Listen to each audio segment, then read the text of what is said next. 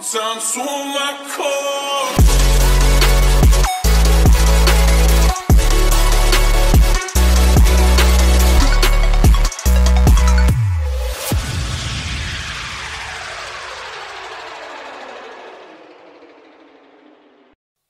Salut à tous, alors bienvenue sur la chaîne. Déjà j'aimerais vous remercier pour le cap des 10 000 abonnés. Donc certes pour certains ça représente pas beaucoup, mais ça représente quand même une petite étape pour moi. Donc voilà, je tenais à vous remercier pour votre fidélité et votre soutien depuis l'année dernière, où j'ai recommencé les vidéos sur la chaîne pour ma préparation à NPC dans le but d'obtenir ma carte pro. Donc voilà, là on est ici pour ma première vidéo FAQ. Donc je vous ai posté une story sur Instagram sur laquelle vous avez pu me poser vos questions. Donc je vais sélectionner les plus pertinentes, je vais y répondre et puis voilà. Donc on est parti. Tu as quel âge et ça fait combien de temps que tu fais de la muscu / body?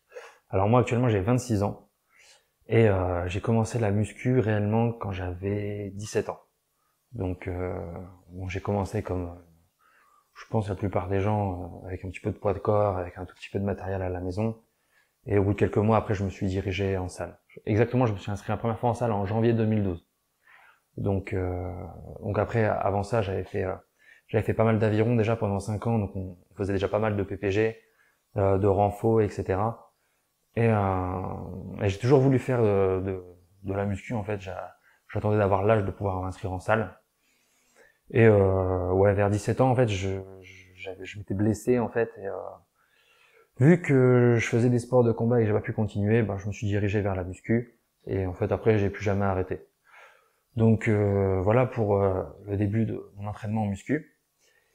Et les compétitions, j'ai commencé ma première compétition en 2014, en mars 2014. Donc ça fait un tout petit peu plus de 2 ans que je m'entraînais. J'avais commencé avec un Grand Prix, je crois que c'était le Grand Prix des Ardennes à Sedan, je crois que ça s'appelait comme ça, où j'avais gagné en junior, j'avais fait 2e en premier pas, et j'avais enchaîné une semaine après avec le top de Colmar, et je m'étais placé 5e en junior. Donc après ce moment-là, j'ai commencé les compétitions et je me suis vraiment intéressé au bodybuilding. Le gâteau Prozise est pas trop dur à manger, il a l'air compact. Pour les gens qui comprennent pas cette question, je mettrai des petites stories. En fait, je me fais une petite recette avec l'avoine Prozise.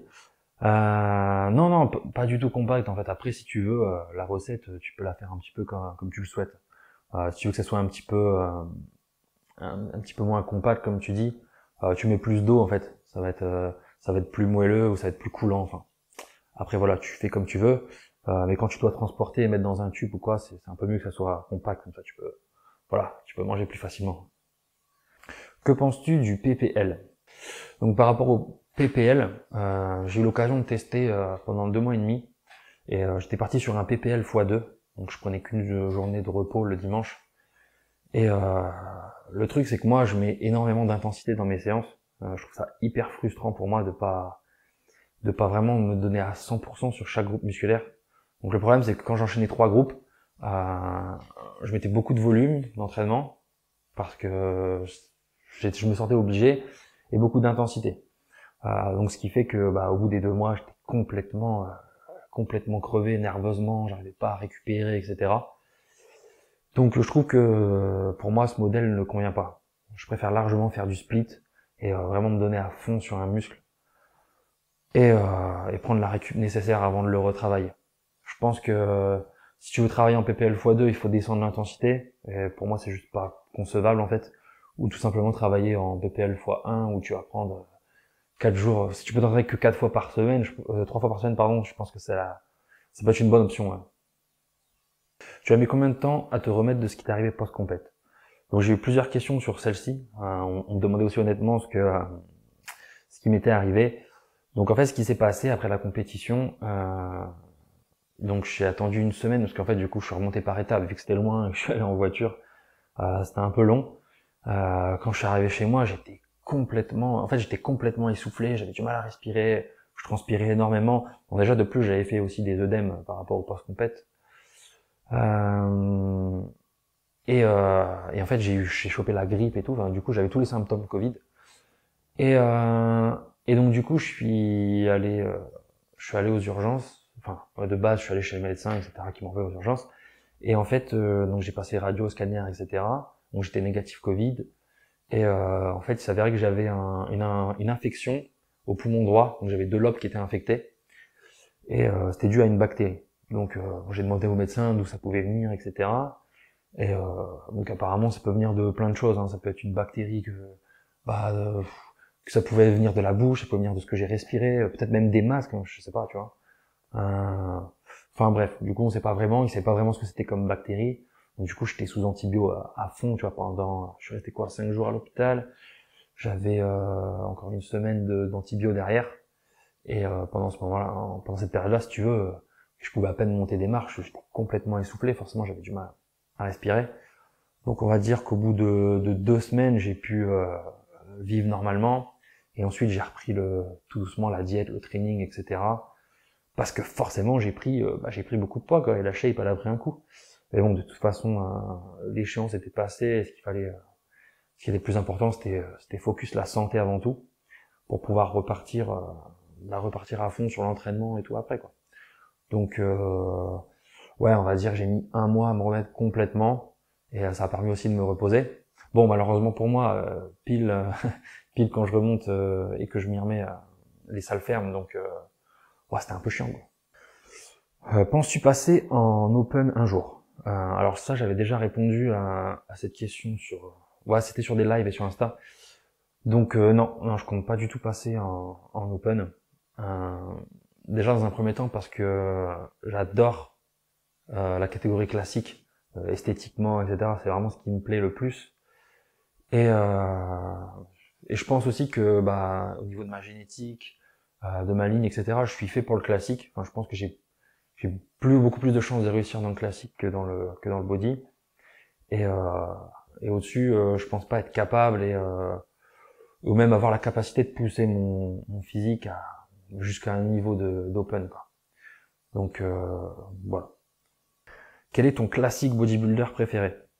Bon, forcément, si je prends les top olympiens, on a Bumstead, etc. Forcément, ils sont magnifiques.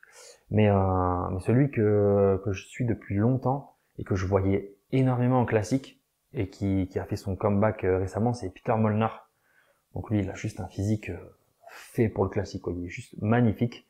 Donc là, il est qualifié pour Olympia l'année prochaine. Donc je pense que lui, il peut faire quelque chose. Ça va être ouf. Tu as déménagé à Lyon. Alors pas encore. Forcément, avec le confinement, c'était un peu compliqué de faire des visites d'appartements, etc. Mais j'ai l'intention là dans les semaines, les mois à venir, de m'installer sur Lyon. C'était déjà prévu depuis un petit moment, donc j'ai hâte de concrétiser ça. Tes mensurations, je peux t'en donner une si tu veux. 1m82, voilà. As-tu toujours voulu faire du body? Bravo pour ton travail, merci beaucoup.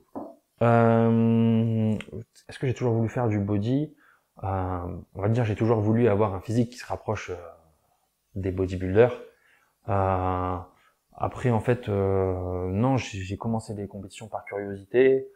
J'avais arrêté un petit moment et la KT classique physique, j'avais envie de tenter, voir ce que je valais, parce que je voulais pas rester sur un échec entre guillemets de mes dernières prépas. Et non, enfin après en fait je veux dire, je pense qu'il y a beaucoup de gens qui veulent aussi faire des compétitions parce qu'on voit beaucoup sur les réseaux, sur YouTube, etc. des gens faire des compètes et au final quand ils font la prépa, etc. On peut voir comment c'est dur, etc. Et certains veulent pas du tout en refaire, quoi. Donc je pense que pour savoir si on veut vraiment faire du body, il faut juste essayer, quoi. Et en tout cas, si vous avez envie de faire une compète, c'est ce que je vous invite à faire. Déjà, essayer de voir où sont vos limites, si la pratique vous plaît. Et voilà, parce que bon, ce qu'on voit sur les réseaux, c'est pas tout le temps la vérité. Ça peut paraître facile, difficile. En fait, chacun va vivre sa préparation aussi différemment, tu vois. Donc, pour répondre à la question, non, j'ai pas toujours voulu faire du body. J'en ai fait, j'ai voulu en faire. Enfin, Je pense que c'est chiant. Ça t'est déjà arrivé de te dire que tu n'étais pas fait pour ça, entre parenthèses le body. Ouais, je pense que ça... En fait, quand tu rentres dans une prépa, psychologiquement, c'est assez dur. Tu te remets souvent en question. Moi, j'avais arrêté le body pendant 2 ans et je me suis demandé en fait si j'étais fait pour ça, etc. C'est pour ça que j'ai voulu tester les catégories classiques physiques, qui n'existaient pas à l'époque. Enfin, c'était le début aux États-Unis. Et même pendant la prépa, si tu veux, je me suis demandé parce que tu fais que te comparer avec les réseaux sociaux, les photos des mecs, tout est retouché, etc. Donc c'est pas forcément une valeur sûre. Même quand tu vois des photos des mecs, tu les vois sur scène, tu comprends, tu vois. Et donc ouais, tu te remets en question, et même tu regardes dans le miroir, tu te vois pas évoluer comme tu veux. Des fois, il y a des jours où tu te vois plat et psychologiquement c'est compliqué de prendre du recul. Donc ouais, tu peux te demander si t'es fait pour ça. Donc après, il y en a aussi certains qui se remettent en question par rapport aux résultats. Donc après le body, si tu le fais pour le gagner, il y a toujours moyen de se remettre en question parce que t'es toujours plus fort ailleurs. Après, je pense qu'il faut aussi le faire pour soi, quoi. De base, tu fais ce sport parce que tu l'aimes. Donc après, si tu veux gagner, soit tu te remets en question ou soit tu travailles, quoi, pour prendre cette première place. Que va t'apporter ta carte professionnelle? Donc en fait, le statut IFBB Pro, ça accorde une seule chose, c'est que je peux faire les compétitions professionnelles. Et le but des compétitions professionnelles, c'est de se qualifier pour Mister Olympia, en fait, tout simplement. Donc ça permet de passer dans la cour des grands et de viser la compétition ultime, en fait. Comment tu accordes ton boulot avec ce sport?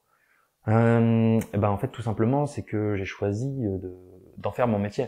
Donc de base, je suis coach sportif, donc j'ai fait une licence TAPS, j'ai fait un supplément de diplôme, donc dans la force athlétique et l'haltérophilie. Et en fait, via le bodybuilding et les réseaux sociaux, je me suis mis en coach indépendant. Donc j'ai mes clients grâce aux réseaux sociaux. Donc je fais du suivi personnalisé. Et après ça,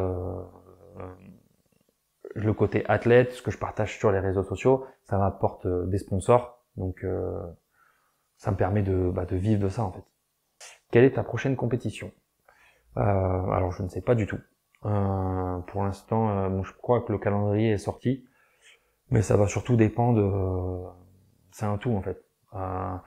Le côté santé, le côté financier et aussi l'avancée et la progression de la shape, quoi. Parce qu'en fait, là, je suis passé en professionnel. J'ai le droit à 5 kilos de plus au niveau de la pesée. Donc, t'as des mecs qui sont pros depuis des années, qui sont au poids depuis des années et qui continuent de progresser. Donc, pour se mettre au niveau, ça va prendre du temps. Donc, après, pourquoi pas quand même commencer les compétitions professionnelles, même si j'ai pas atteint le niveau que je voudrais, puisque de toute façon, je vais faire que m'améliorer. Et le fait de me préparer, ça permet aussi de voir où j'en suis et de me comparer aux autres, tout simplement, aux autres professionnels. Donc sûrement au cours de l'année 2021. Après on verra. On verra comment ça évolue. Jour de repos obligatoire si on est sur une bonne diète et un travail sédentaire, étant compétiteur. Ça dépend de ta période. Si tu es en période de prépa, que tu as ton plan, que tu gères comment tu as organisé tes séances, ton intensité, etc. Si tu es sur une phase de préparation de compétition, je pense que ça dépend aussi à combien de temps de ta compétition, tu peux te permettre de t'entraîner tous les jours. Sachant que des fois tu peaufines le travail, tu fais des séances peut-être full cardio, peut-être full abdos, etc. Il y a moyen. Après, si tu sors de compétition ou que tu es en off-saison, ou tu veux construire de la viande, je te conseille pas de t'entraîner tous les jours. Tu vas devoir te reposer. C'est la base, quoi. Si tu veux construire du muscle, il te faut du repos. Idée de repas de masse, simple et rapide à faire. Pourquoi faire compliqué? Poulet riz, huile d'olive ou avec un avocat, voilà. Après, si tu veux pas t'embêter, tu prends ton riz micro-ondes, tu prends ton colin, tu fous ça au micro-ondes. Sans déconner, je cuis au micro-ondes, je ferai une vidéo, je vous ferai voir. Tu mets ton avocat, tu mélanges, tu manges. Mais bon, après, il faut aussi varier ses sources de protéines, de lipides, tu vois. Mais vas-y, je ferai des vidéos de repas faciles à faire, que j'avais l'habitude de faire quand j'avais la flemme ou j'avais pas le temps, quoi. Quelle est ta planification d'entraînement sur une semaine? En fait, ça dépend aussi. Je m'entraîne pas toujours de la même façon. Par exemple, actuellement, je m'entraîne que 3 fois par semaine. Je fais 3 séances cardio, 3 séances muscu.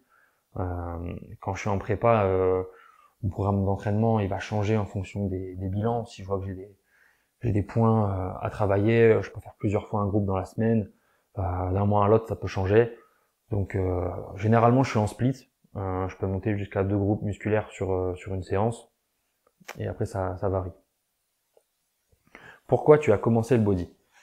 euh, Question intéressante. Alors, au bout de la deuxième année de muscu, en fait, je m'entraînais dans une salle qui était tenue par Philippe Homtank, petite dédicace, qui était bodybuilder. Donc lui, bon là actuellement, il était en vétéran 3, donc plus de 60 ans. Donc je vous mettrai des photos très secs, très conditionnés. Et c'est lui qui m'a dit que j'avais le potentiel pour faire de la compétition, etc. Et moi, tu sais, c'était l'ère du début de la muscu, tu vois. Je regardais des vidéos de Jack Sad, de Ziz et tout, tu vois. Donc moi, je voulais faire du men's physique, tu vois. Et lui, il voulait absolument pas que je fasse ça. Il voulait à tout prix que je monte en junior. Et donc du coup, j'ai préparé ça, je sais plus en combien de temps, peut-être en 8 semaines. Je me suis préparé pour ma première compète. Bon, je connaissais rien. Je me rappelle même plus de la diète que j'ai fait ou quoi que ce soit. Euh, je sais qu'en plus, j'avais jamais fait de séance ischio ou quoi, ciblée de ma vie. Je les travaillais à peine. Du coup, j'ai gros retard sur les jambes. Et donc du coup, j'avais fait comme j'avais dit avant, j'avais fait un Colmar en junior et un autre Grand Prix. Quels sont tes objectifs pro et perso? Alors du coup, les deux se rejoignent en fait. Moi, je me vois déjà m'installer ici sur Lyon, pouvoir continuer à m'entraîner, me préparer. Donc niveau pro, ça va être de développer mon coaching ici, mon coaching en ligne. Là cette année, je compte créer mon site internet et aussi du coup de me préparer, travailler mon physique pour mon prochain pro show et pourquoi pas essayer de me qualifier pour Olympia. Et je continuerai du coup d'être actif sur les réseaux, donc sur la chaîne et sur mon Instagram. Quel point de ton physique aimerais-tu améliorer pour les prochaines compètes? Clairement toute la chaîne postérieure. Donc plus de dos, plus d'ischio, et après ce sera surtout de la découpe, donc de la découpe forcément ischio, mais aussi quadri. Prendre peut-être plus de bras, donc biceps, triceps, et de toute façon j'ai pas mal de kilos à ajouter, donc après il faut juste que je les place au bon endroit, et que je travaille aussi sur la condition. Donc je vais essayer d'être prêt avant aussi de la compétition, tu vois, pour gérer un petit peu plus les rebonds, recharge glucidique, etc. Et moins compter sur les réglages de dernière minute. Quelle était la partie la plus dure dans ta prep? Là c'était assez particulier, hein. Ce qui était le plus dur, c'était la durée de la prépa, puisque j'avais commencé à préparer en décembre l'année dernière, jusqu'à octobre au final avec les annulations, etc. On va pas revenir là-dessus. Donc ouais, c'était juste ça. Après forcément c'est la diète, tu vois, c'est la diète sur le long terme, quoi. J'en pouvais plus, j'étais à bout. Sinon training, tout ça, cardio, c'est une habitude à prendre, quoi. J'y allais pas forcément à reculons, je prenais vraiment plaisir à le faire. Donc c'était surtout le déficit calorique hardcore qui était compliqué. En sèche, à quelle heure sont tes repas et quel repas prends-tu? En fait, si tu veux, j'avais un rythme plus ou moins précis, voilà. Je me levais en prépa, je me levais genre à 7 heures. Je faisais mon cardio à jeun. Je prenais mon premier repas. On va dire 2h30, 3 heures après. Ça dépendait, en fait, j'ai géré aussi en fonction de ma faim, tu vois. Je prenais mon deuxième repas. Je prenais toujours 2 repas avant d'aller m'entraîner, donc j'allais au training, on va dire entre midi et 13h. Je faisais mon training plus mon cardio post-training. Je rentrais, je prenais mon repas d'après-entraînement. Et là, en fait, il me restait 3 repas. Donc, ce que je faisais, c'est que, en fonction de l'heure à laquelle il était, je les espaçais de 2 à 3 heures, tu vois. Donc voilà. Après, pour ce qui est des contenus des repas, etc., j'ai mis pas mal de vlogs sur lesquels, je montrais un peu tous les repas de la journée. Donc, si jamais t'es intéressé, tu peux aller les regarder. Vas-tu continuer des vidéos YouTube motivation vlog? Force à toi. Et bon retour parmi nous. Merci beaucoup. Alors oui, je vais reprendre donc les vlogs, même quand je serai pas en prépa, je pense que je vais en refaire quelques-uns ici Surtout que je vais changer de salle, changer d'environnement, donc comme ça je vais pouvoir vous partager tout ça. Vidéo motivation, j'en ai une qui sortira, je sais pas encore. Il me reste encore tout à monter. Et après on verra, j'essaierai peut-être d'apporter d'autres formats. En tout cas, je continuerai déjà de faire ce que je fais, et j'essaierai aussi d'apporter, pourquoi pas, des nouvelles choses. Reconversion à 30 ans de rugby à bodybuilding, suite à une blessure. Pas trop tard. Mais non, c'est jamais trop tard. Après, forcément, si tu me dis que tu vas être Mister Olympia, ça va être compliqué. Mais, mais non, il y a toujours moyen de s'y mettre, de progresser, d'apprendre des choses, et surtout de se faire plaisir. Parce que tu fais ça avant tout pour te faire kiffer, quoi. Donc, et pourquoi pas, après un jour, si tu veux faire une faire une compétition. Ton point max en développé couché. Je sais pas. J'en fais pas. Les bananes domineront le monde. Mais elles sont là, elles sont parmi nous, de toute façon, on peut pas le nier. L'exercice où tu en chies le plus, mais qui te donne le plus de résultats. Alors déjà, sûr, c'est un exo de cuisse, tu vois. Moi, je te dirais le front squat, parce que je fais pas de squat, j'ai toujours trop de douleur partout. J'aime pas ça. Je suis pas fait pour, je trouve. Donc, je te dirais le front squat. Ouais, le front squat bien hardcore, où t'as quelqu'un qui te spot et qui te force à faire des reps. T'as l'impression de crever, en fait. Ouais, c'est cool. Mais ouais, je te dirais le front. Comment vis-tu le fait que les salles soient fermées? Mais j'en peux plus, en fait. J'en ai marre, voilà. Je suis tout maigre, je me sens déprimé, et je fais des pompes, voilà. Je peux résumer que comme ça. Salut Jojo, la muscu augmente-t-il la libido de beaucoup ou très peu? Merci à toi. Alors forcément, le fait de faire la muscu, ça va booster un petit peu ton taux de testo, mais crois-moi que si tu sors d'une grosse séance de cuisse, tu vas rentrer chez toi, tu vas pas trop avoir envie de penser libido. Je pense que tu vas vouloir manger et aller te coucher. Comme les jambes une fois ou deux par semaine. Donc moi j'ai vraiment progressé quand j'ai commencé à splitter vraiment les deux. Donc une séance ischio, une séance quad. Après il y a moyen de faire un mix des deux à chaque fois, ou de rajouter un petit peu d'ischio dans la séance quad et vice versa. Ça après tu fais en fonction de ton équilibre, de tes retards, et pourquoi pas de ton envie aussi. Ton évolution au niveau du poids après la compète, plus séjour à l'hôpital, plus confinement, plus je fous rien pendant X temps. Alors, bah la compète, je sais pas, j'étais à post-pesé, etc. Je devais être à 97, un truc comme ça. Et au plus lourd, là, pendant le confinement, je suis monté à 114. La malto, le dextrose, etc. avant ou pendant la séance. Alors tout ce qui est carbs rapides, mets-les en intra, parce que si tu les mets avant ta séance, ce qui va se passer, c'est que pendant 30 minutes, tu vas avoir un pic, et après, bah, tu vas avoir sécrétion d'insuline, etc. Et là, tu vas te taper une hypo. Donc, toujours en intra. Le meilleur exo pour les épaules, moi, l'exo que je préfère, c'est le rowing à la barre debout, là. Tu vois, le tirage menton, avec une prise large, bien lourd, mais contrôlé, évidemment, hein, pas là pour faire les fous. Pour moi, c'est le top. Prends-tu du tabasco pour augmenter ta thermogénèse? Bah alors, franchement, non. Ah non, je mets parce que je kiffe le goût, et je sais pas pourquoi, je trouve que j'ai moins faim après, donc peut-être parce que ça m'arrache complètement la gueule. Qui sait?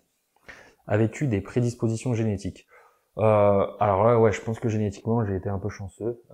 C'est pareil, mon père avait fait quelques années de la muscu, je mets une petite photo, et du coup, je pense que j'ai hérité des bonnes gènes. Et aussi, ce qui est important aussi, si tu veux, ça va être le passé sportif que tu as. Moi, pendant toute ma croissance, j'ai fait de l'aviron, qui est un sport quand même qui est physique, avec pas mal de renfos, etc. Donc ça m'a permis de m'aider pour la suite. Souvent, on peut voir que les gymnastes qui se reconvertissent au bodybuilding, avec les bases qu'ils ont eues pendant toute leur croissance, derrière, ils ont des facilités exceptionnelles pour se développer. Et donc, je pense que ça joue un rôle déjà qui est énorme.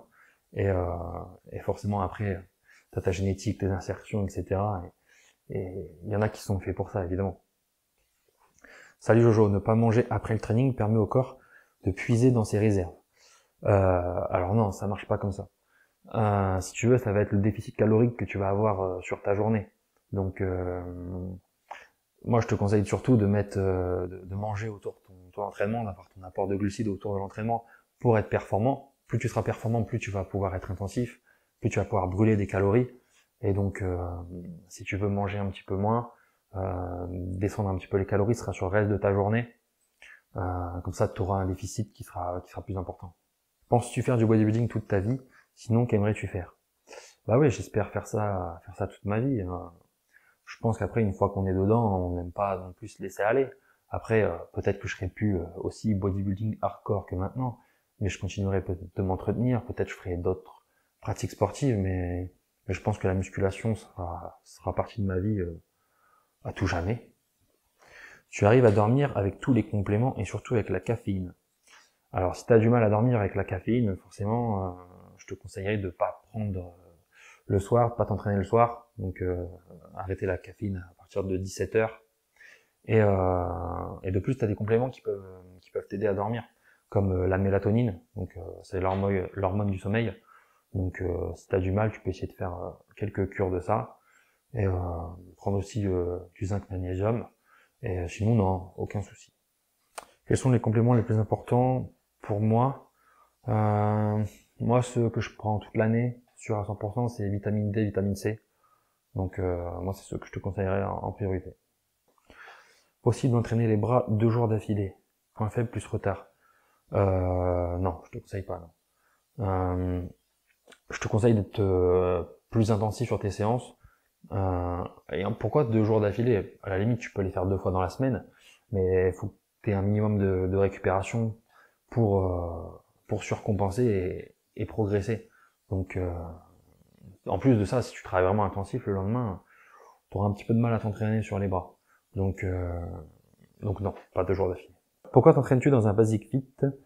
Comment tu le vis, nana? Bah en fait, j'ai pas de choix. J'ai fait ma prépa à Saint-Quentin. Donc en fait, si tu veux, j'avais 2 salles. Je m'entraînais au Basic Fit et je m'entraînais dans la salle de Old School, tu vois. Mais vu que j'aime bien faire mon cardio post-training et tout, au Basic Fit c'était plus simple, donc je gagnais du temps. Mais c'était un peu compliqué. J'ai eu quelques soucis là-bas. Donc à l'avenir, je ferai ma prépa autre part. Pourquoi la vie? Si tu pouvais retourner dans le passé, quelle époque aimerais-tu revivre? Le Moyen-Âge direct. Comme ça, j'aurais un gros glaive, un gros bouclier, et puis j'irais courir dans les bois. Voilà. Bon, du coup, voilà pour cette FAQ numéro 1. J'en ferai à l'avenir, donc quand il y aura des changements, donc peut-être, pourquoi pas, quand j'aurai fait ma prochaine compétition, ou pendant ma prochaine prépa. Donc voilà, donc merci de me suivre, et je vous dis à bientôt. Donc, n'oubliez pas, si vous voulez me soutenir, le petit code banane sur Prozis. Et pour toutes les demandes de coaching, donc il y a le mail dans la description. Salut.